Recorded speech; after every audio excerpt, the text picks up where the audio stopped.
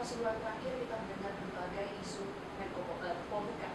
Ada aksi 4 November, kemudian aksi Bhinneka Tunggal Ika, bom Samarinda, kemudian juga penangkapan terduga teroris, aparat politik presiden sampai isu makar. Ya. Indonesia saat ini apa yang mengkhawatirkan?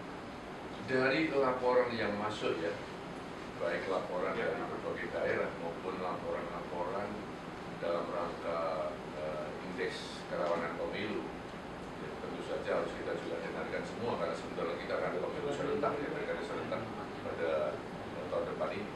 Maka sebenarnya kita masih masuk ke batas zona keamanan untuk Indonesia. Jadi zona aman kita masih masuk di sana. Jadi dapat saya katakan bahwa kondisi sekarang cukup aman, cukup kondusif. Memang ada di sana sini tentu yang tidak bisa kita elakkan. Tapi saya bicara zona aman itu karena ada indeksnya itu. Ya. Kalau Pak Wiranto dengan tegas mengatakan kita cukup aman, Pak ya.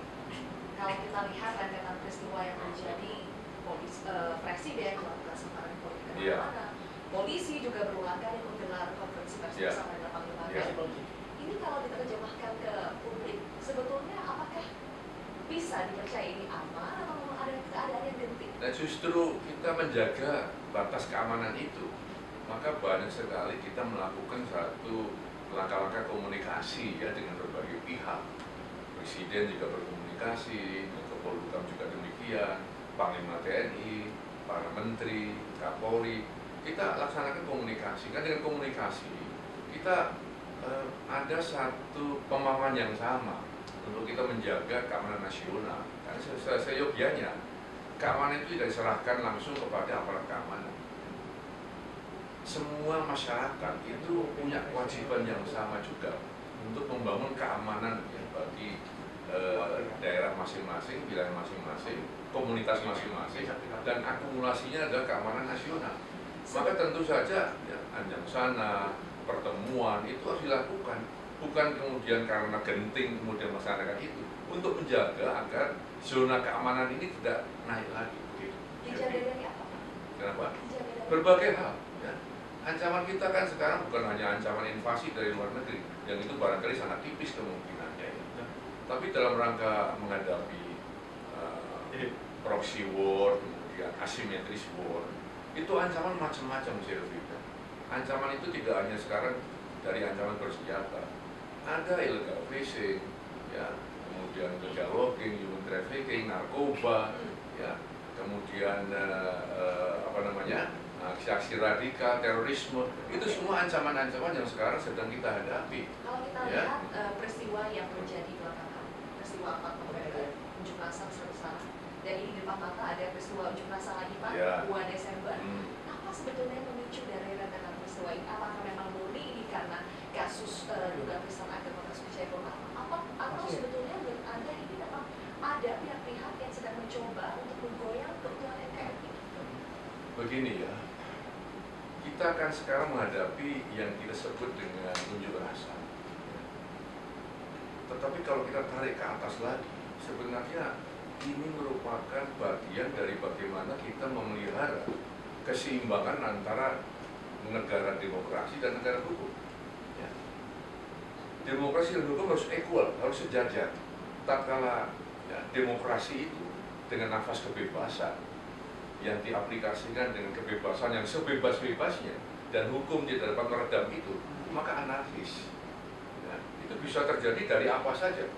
Kebebasan yang terlalu bebas, hukum tidak bisa menekan, itu anarkis.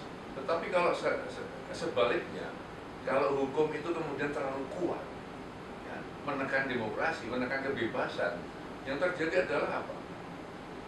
Otoriter, ya, pemerintah yang otoriter. Itu yang juga terjadi saat ini bagaimana? Ini sedang kita pelihara keseimbangan ini. Kebebasan boleh di negara demokrasi, tetapi ada batasnya, ada rambu-rambunya. Untuk perorangan juga demikian, ada hak dan kewajiban. Ada yang sedang mencoba untuk mengganggu keseimbangan itu, Pak? Iya pasti ada. Selama kita sebagai negara pasti ada itu. Nah, oleh karena itu sekarang ini yang kita jaga adalah bagaimana kebebasan ini kita sadarkan bahwa ada dalam kebebasan itu kewajiban ada. Kewajiban apa? Untuk mematuhi hukum. Maka tata kebebasan ini kemudian juga masih bersandar kepada hukum. Itu kita akan aman-aman saja. Itu yang sedang kita jaga, keseimbangan itu. Kita sedang menjaga keseimbangan, tetapi di satu sisi ada indikasi. Kepolisian mengatakan ada indikasi makar. Ada pihak-pihak yang berusaha untuk mendongkrak unjuk rasa baik itu 4 November ataupun 2 Desember. Ini sudah sejauh apa? Kekhawatirannya? Pertama ya, makar saya kira tidak perlu kita diskusikan ya, di depan publik ya. Karena indikasi makar, informasi intelijen itu kan domainnya kepolisian, domainnya aparat keamanan yang kemudian diterjemahkan dalam aksi seperti itu. Kalaupun ya kemarin Kapolri menyampaikan kepada publik bahwa akan ada aksi makar dan sebagainya, itu bukan menakut-nakuti masyarakat, bukan untuk mengajak masyarakat untuk diskusi masalah makar, tapi merupakan isyarat dari Kapolri bahwa kita harus waspada terhadap hal yang mungkin terburuk ya, dalam menghadapi masa keamanan nasional. Artinya apa? Aparat keamanan juga memberikan warning ke publik bahwa kita sudah siap segalanya. Dan warning itu aparat keamanan sudah siap bahwa apapun yang terjadi, maka sudah ada satu kesiapan aparat untuk bagaimana meredam itu. Ketika kepolisian mengatakan ada indikasi, ada informasi intelijen tentang adanya upaya makar, bagaimana pemerintah melihat ini dan bagaimana untuk mengantisipasi? Nah kembali tadi, ini tidak bisa kita diskusikan kepada masyarakat ya. Cara-cara, strategi, taktik, itu kan sesuatu yang memang kembali tadi merupakan sesuatu yang kita persiapkan. Bagaimana mungkin kalau kemudian saya jelaskan ke publik dan kemudian diketahui oleh yang mau mengancam negeri ini, mau mengacau negeri ini, kan mereka ketawa, kan begitu. Oleh karena itu kembali tadi, percaya saja ya kepada aparat keamanan bahwa kita telah mempelajari itu, anatomi ancaman itu, kita sudah mempelajari hal yang mungkin terjadi dan kita sudah melakukan langkah-langkah yang optimal ya untuk meredam itu sehingga istilahnya bahwa negara melindungi ya bangsa dan tumpah darah Indonesia itu dapat terwujud ya. Oke, Pak Wiranto mengatakan kita sedang mempelajari anatomi dari ancaman itu. Kita akan gali lebih lanjut Pak, sebetulnya apakah pemerintah dan kepolisian sebetulnya sudah punya nama siapa sih sebetulnya aktor yang sedang mengganggu keseimbangan, mengganggu keamanan nasional? Kita akan lanjutkan setelah lagi pemirsa. Tetap bersama kami di Kampus.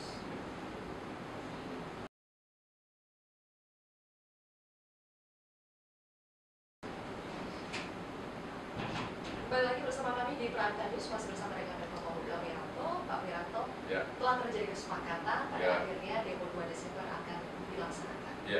Katanya ini akan dilaksanakan dengan super damai, Pak. Apakah nanti akan ada pengawalan yang super ketat juga untuk demo nanti? Enggak, kita bersyukur ya bahwa pertemuan antara MUI dengan aparat kepolisian, kemudian PF ya, itu sudah berlangsung sangat bagus ya, sangat bagus. Ada pengertian di sana, ada pemahaman bahwa yang kita akan lakukan itu unjuk rasa. Koridor unjuk rasa itu berarti bukan unjuk kekuatan ya, bukan unjuk pemaksaan kehendak, bukan. Yang tadinya rencana di jalanan, unjuk kekuatan, kemudian sekarang ada kesadaran bahwa untuk membangun ketenangan masyarakat, maka sekarang dialihkan ke Monas saja ya. Kemudian ada aksi super damai, kemudian aksi ibadah gelar sajadah, dilaksanakan tausiah, zikir dan doa bersama. Itu saya kira sesuatu yang sangat bagus ya. Artinya apa? Artinya sudah ada kesadaran bahwa unjuk rasa itu tidak perlu nakut-nakuti atau tidak perlu mengkhawatirkan, tidak perlu kemudian merusak ketenangan masyarakat. Unjuk rasa tidak perlu untuk kemudian mengganggu kebebasan masyarakat yang lain. Ini saya kira sesuatu yang sangat indah tatkala ada kesepakatan masuk dalam koridor yang betul. Ya. Karena itu ya kita mensyukuri dan kita menjaga agar prosesi dari tadi aksi super damai itu betul-betul terjaga super damainya, sehingga kita bisa memisahkan kalau ada sesuatu yang cukup radikal berarti tidak masuk dalam kesepakatan itu dan aparat keamanan akan menindak tegas ya, tatkala komitmen itu tidak sesuai dengan apa yang tadi disampaikan bersama itu. Jadi kalau dilanggar kesepakatannya akan tegas tidak Pak? Ya pasti, karena juga dari teman-teman para pengunjuk rasa itu sudah menyampaikan bahwa wilayah kami adalah Monas. Kalau ada kekuatan lain yang melakukan sesuatu yang tidak sesuai dengan kesepakatan kita, aksi super damai ini, maka silakan ditindak tegas. Itu sudah ada kesepakatan seperti itu.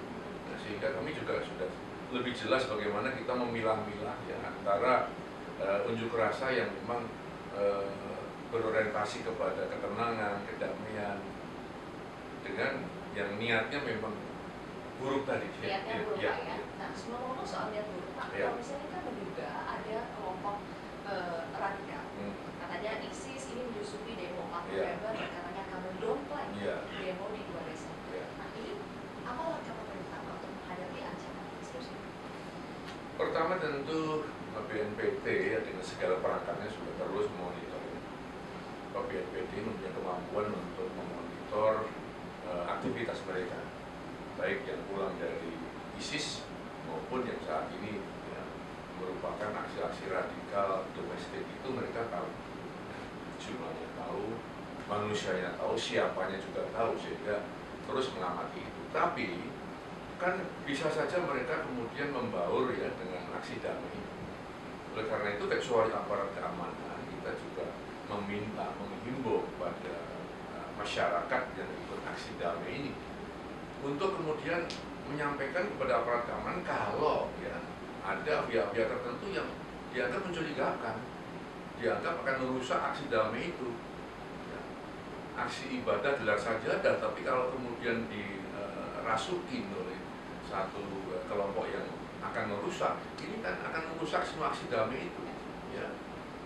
Aksi super damai bisa menjadi tidak damai tatkala ada kelompok-kelompok tertentu yang ingin merusak itu. Nah, kewajiban kita semua, saya kira ya, dengan pengawasan begitu banyak orang yang memang niatnya adalah ibadah dan gelar sajadah, ya, kalau ada kelompok yang seperti itu tentu akan terlihat dengan jelas. Dan saya mengharapkan dengan kerjasama antara aparat keamanan dengan masyarakat yang ingin damai itu nanti akan terjaga kondisi ini.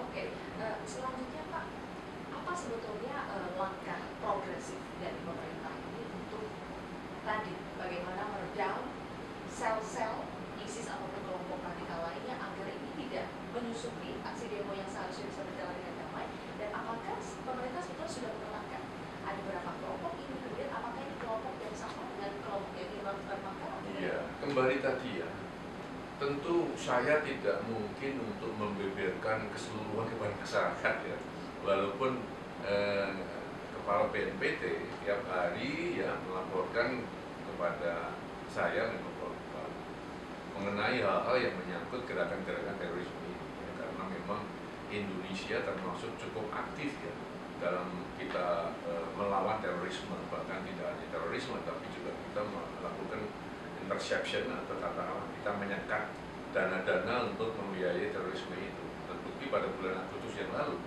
kita menggelar pertemuan internasional dengan 36 negara untuk kita melakukan satu joint agreement untuk bagaimana kita melawan bersama-sama terorisme internasional itu, yang termasuk juga di Indonesia karena jaringan mereka internasional. Karena itu kembali tadi, kalau kita ingin ya melakukan satu demonstrasi, karena bukan demonstrasi, unjuk rasa yang damai, tentunya kita tadi adanya satu kerjasama antara aparat keamanan dan masyarakat. Itu yang penting. Kalau kita serahkan ke aparat keamanan saja, toh mereka sudah membaur dengan masyarakat.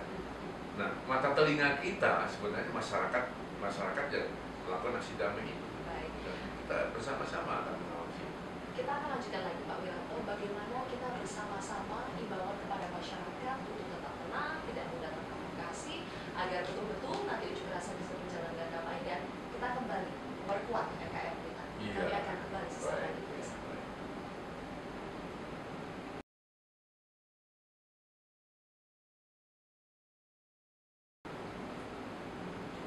Kembali lagi di Prime Time News, pemirsa, kami masih berbicara soal bagaimana menjaga kedamaian dengan menangkal berbagai ancaman.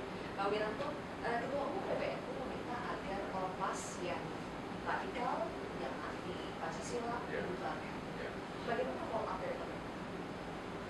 Kita tahu bahwa ya negeri ini sudah final ya bahwa dasar negara kita kan Pancasila, sehingga seluruh ormas kemudian organisasi politik, partai-partai politik juga orientasinya ke sana. Ya. Dan kalau kemudian ada ormas-ormas yang hidup di Indonesia dan orang Indonesia, warga negara Indonesia, tetapi punya ideologi yang berbeda, ya tentu ini sesuatu yang aneh, kan? Aneh. Bagaimana mungkin warga negara Indonesia ya kemudian membangun satu ormas, tapi orientasinya bukan Pancasila?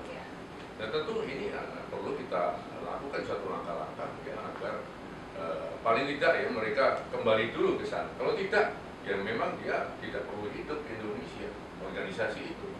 Ya, dan tentu ada langkah-langkah yang tegas dari kita, karena kembali tadi bahwa tatkala tadi demokrasi yang bernafaskan kebebasan, hukumnya lemah, mereka bisa seenaknya hidup di Indonesia dengan mengaplikasikan kebebasan yang sebebas-bebasnya, termasuk tadi ya ormas yang ideologinya bukan Pancasila dan tidak mengakui Pancasila bahkan. Lalu bagaimana? Ya, hukum ini bagaimana? Supremasi hukum jelas akan ada di bawah, dan ini akan menimbulkan satu friksi pasti, ketidaktenangan. Oleh karena itu kembali kita angkat hukum agar kembali ya menyelesaikan masalah ini. Dengan demikian ada satu balance ya antara kembali demokrasi dan penegakan hukum. Bicara soal penegakan hukum, Pak, aksi 2 Desember nanti juga berlatar belakang soal desakan agar kasus Munah ini selesai. Iya. Sebetulnya bagaimana Pak Wiranto melihat kasus Munah ini sudah berjalan sesuai dengan koridor yang benar, dan apa yang imbauan kepada peserta unjuk rasa yang terus mendesak agar ini terus secepatnya diproses? Nah justru ini yang menarik ya, tatkala dari kompromi yang terjadi antara MUI kemudian Kapolri ya dengan GNPF ya, maka terjadi satu pemahaman yang sama bahwa apa yang mereka inginkan sementara ini sudah dilaksanakan proses ya, pengadilannya atau proses penyelidikannya oleh kepolisian, dan mereka menganggap bahwa antara kepolisian yang melakukan penyelidikan dengan cepat, transparan, ya, tanpa diintervensi apapun, dengan pernyataan presiden bahwa presiden sekalipun tidak akan mengintervensi, ya, akan meminta agar penyelesaiannya dilaksanakan dengan cepat, tegas dan transparan. Itu sudah dipahami oleh para pengunjuk rasa bahwa apa yang dilakukan sudah berjalan pada satu proses yang benar. Nah, sehingga muncullah ya, kesepakatan itu. Nah, kalau kemudian ada tuntutan-tuntutan yang lebih dari itu, tentunya ya, kita tidak boleh mendahului pengadilan yang sedang berlangsung, kan begitu ya. Jadi kadang-kala di negeri ini pengadilan di masyarakat itu sudah memvonis terlebih dahulu sebelum pengadilan yang formal ini berjalan. Nah, sekarang tidak kita sesuaikan nanti. Ya, bukan berarti hukum menyesuaikan dengan tuntutan, bukan. Tapi mudah-mudahan hukum yang transparan ini, ya, hukum yang tegas, hukum yang berkeadilan ini, ya, nanti hasilnya dapat diterima oleh masyarakat. Baik. Itu harapan kita. Itu harapan kita bersama, Pak Wiranto. Terakhir Pak, di saat ketika Indonesia ini disibukkan oleh berbagai masalah isu polhukam, bagaimana pemerintah menjamin rasa aman, nyaman dari masyarakat ini? Ya. Sylvie ya, saya ini kan menteri yang mengalami 4 zaman ya. Jadi menterinya Presiden Soeharto, kemudian menterinya Presiden Habibie, menterinya Presiden Gus Dur atau ya Tuan Wahid, sekarang menterinya Pak Jokowi. Saya bukan berniat membanding-bandingkan, setiap presiden pasti punya niat yang baik, yang punya kemauan yang baik, punya satu semangat yang sama yang baik. Nah, khusus sekarang ini saya ingin menyampaikan bahwa dengan versi saya, pemerintah ini sungguh-sungguh. Jadi kabinet kerja dan kerja, ini betul-betul kerja, bukan hanya slogan, bukan hanya retorik. Sehingga dari kerja itu, keinginan untuk mensejahterakan masyarakat itu besar sekali.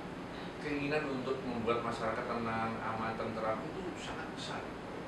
Hanya memang masalahnya semakin kita memakan tahun ini kan semakin kompleks masalahnya.